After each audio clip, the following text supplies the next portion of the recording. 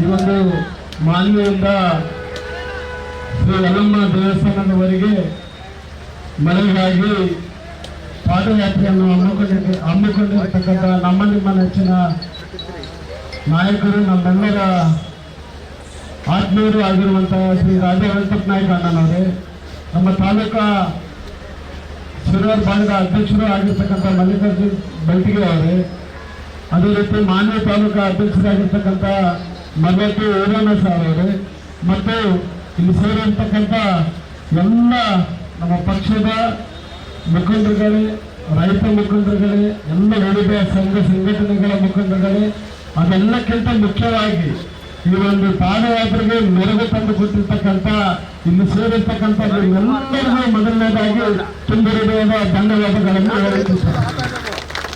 ಈ ನಾಡಿನ ಅನ್ನದಾತ ಸಂಕಷ್ಟದಲ್ಲಿದ್ದಾನೆ. ನಮ್ಮ ಮಾನ್ವಿ ವಿಧಾನಸಭಾ ಕ್ಷೇತ್ರದ 90% ಜನ ವ್ಯವಸಾಯವನ್ನೇ ನಂಬಿರ್ತಕ್ಕಂಥದ್ದು. ಇವತ್ತು ಅಡ್ವಾನ್ಸ್ ಆಗಿ ಎಕರೆಗೆ 20,000 30,000 ಲೀಸ್ ಕೊಟ್ಟು ಮತ್ತೆ ಬೀಜಕ್ಕೆ ಮತ್ತೆ ಖರ್ಚು ಮಾಡಿ ಇವತ್ತು ಸಾಕಷ್ಟು ತೊಂದರೆಗೊಳಪಡ್ತಕ್ಕಂಥ ಒಂದು ಕಷ್ಟಕರ ಸನ್ನಿವೇಶ ಇವತ್ತು ನಿರ್ಮಾಣ ಆಗಿದೆ. ಇವತ್ತು ನಿಮ್ಮ ಕಷ್ಟದಲ್ಲಿ ನಾನಿದ್ದೇನೆ ಅಂತಕ್ಕಂಥ ಒಂದು ಆತ್ಮಸ್ಥೈರ್ಯ ತುಂಬಲಿಕ್ಕೆ, ನಿಮ್ಮೆಲ್ಲರ ಕಣ್ಣೀರಲ್ಲಿ ಭಾಗಿಯಾಗಲಿಕ್ಕೆ ಇವತ್ತು ಮಾನ್ಯ ರಾಜ ವೆಂಕಟ ನಾಯ್ಕ ಅಣ್ಣನವರು ನಿಮಗಾಗಿ ಇವತ್ತು ಮಾನ್ವಿನಿಂದ ಯಲ್ಲಮ್ಮ ದೇವಸ್ಥಾನದವರೆಗೆ ಇವತ್ತು ಪಾದಯಾತ್ರೆ ಮಾಡಿದ್ದಾರೆ. ಇವತ್ತು ಒಂದು ವಿಷಯ ಹೇಳಬೇಕಾದ್ರೆ, ಅಣ್ಣನವರು ಬಹಳ ದೈವ ಭಕ್ತರು, ಅವರ ಕುಟುಂಬನೇ ಬಂತು. ನಾವು ಬಹಳ ಹತ್ತಿರದಿಂದ ನೋಡ್ತೀವಿ, ಯಾವಾಗಲೂ ಕೂಡ ದೈವವನ್ನು ನಂಬಿರ್ತಕ್ಕಂಥವ್ರು. ಇವತ್ತು ನನ್ನ ರೈತರು ಕಷ್ಟದಲ್ಲಿದ್ದಾರೆ, ನಾನು ಅವರಿಗೋಸ್ಕರ ಆ ದೇವಿ ಆರಾಧನೆಯನ್ನು ಮಾಡಬೇಕಂತಕ್ಕಂಥ ನಿಟ್ಟಿನಲ್ಲಿ ಇವತ್ತು ಸುಮಾರು 15 ಕಿಲೋಮೀಟರ್ಗಳ ಕಾಲ ನಡ್ಕೊಂಡು ಬಂದರು. ಬಹುಶಃ ಅವರ ನಂಬಿಕೆ ಎಂದೂ ಸುಳ್ಳಾಗಲ್ಲ. ಅಲ್ಲಿ ಪ್ರಾರಂಭ ಮಾಡಿದ್ದೀವಿ, ಹೊರಟಿದ್ದೀವಿ, ಇಲ್ಲಿ ಭಾರಿ ಮಳೆ ಬಂತಂತೇಳಿ ಫೋನ್ ಬಂತು. ಈಗ ಮಾನವಿಯಲ್ಲಿ ಕೂಡ ಭಾರಿ ಮಳೆ ಬರ್ತಕ್ಕಂಥ ಒಂದು ಸನ್ನಿವೇಶ ನಾವು ಕಾಣ್ತಾ ಇದ್ದೀವಿ. ಒಳ್ಳೆ ಮನಸ್ಸಿಂದ ಮಾಡಿದ್ದೆಲ್ಲ ಸತ್ಯ ಆಗ್ತದೆ ಅನ್ನಕ್ಕ ಇದೇ ಒಂದು ನಿದರ್ಶನ ಅಂತೇಳಿ ನಾನು ಹೇಳಕ್ಕೆ ಇಷ್ಟಪಡ್ತೀನಿ. ಒಂದಂದ್ರೆ ನಾವೆಲ್ಲರೂ ಒಪ್ಕೊಳ್ಬೇಕು, ಯಾವಾಗ ಈ ರಾಜ್ಯದಲ್ಲಿ ಜನತಾದಳ ಸರ್ಕಾರ ಬಂದದ ಅವಾಗ ಮಾತ್ರ ರೈತರಿಗೆ ಒಳ್ಳೇದಾಗ್ತಕ್ಕಂಥದ್ದು ನಾವು ನೋಡಿದ್ವಿ. ಇವತ್ತು ನಮ್ಮನ್ನ ಆಳ್ತಕ್ಕಂಥ ನಾಯಕರ ಕಾಲ್ಗುಣ ಕೂಡ ಬೇಕು. ಕಳೆದ ಬಾರಿ ನಮ್ಮ ಅಣ್ಣೂರು MLA ಇದ್ದಾಗ 2 ಬೆಳೆ 9 ಬೆಳೆಗೆ ನೀರು ಕೊಡ್ತಕ್ಕಂಥ ಕೆಲಸ ಆಯ್ತು. ಇಡೀ ಕ್ಷೇತ್ರ ಸಮೃದ್ಧವಾಗಿತ್ತು.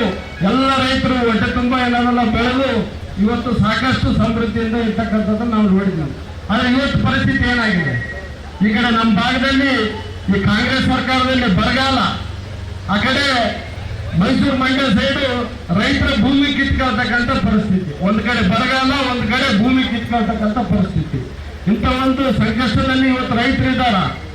ಈ ಕಾಂಗ್ರೆಸ್ ಸರ್ಕಾರ ಅಂದ್ರೆ ಇದು ಕಾರ್ಪೊರೇಟ್ ಸರ್ಕಾರ, ರೈತರ ಸರ್ಕಾರ ಅಲ್ಲ. ಇವೆಲ್ಲರೂ ಅರ್ಥ ಮಾಡ್ಕೊಳ್ಬೇಕು. ಮುಂದಿನ ದಿನಗಳಲ್ಲಿ ನಾವೆಲ್ಲರೂ ಒಗ್ಗಟ್ಟಾಗಿ ಯಾವ ರೀತಿ 2018ರಲ್ಲಿ ನಾವು ರಾಜ ವೆಂಕಟ ನಾಯ್ಕ ಅಣ್ಣವರು ಎಲೆಕ್ಷನ್ ಮಾಡಿದ್ವಿ, ಅದೇ ರೀತಿ ಮತ್ತೆ ನಾವೆಲ್ಲರೂ ಸಜ್ಜಾಗಬೇಕು. ಹೋದ ಎಲೆಕ್ಷನ್ ಅಲ್ಲಿ ಹಿನ್ನಡೆ ಆಗಿದ್ದು ಮರ್ತ್ಬಿಡ್ರಿ. ಈಗ ಗಾಳಿ ಬೀಸಕತ್ತದ, ಜನರಿಗೆ ಗೊತ್ತಾಗತ್ತದ.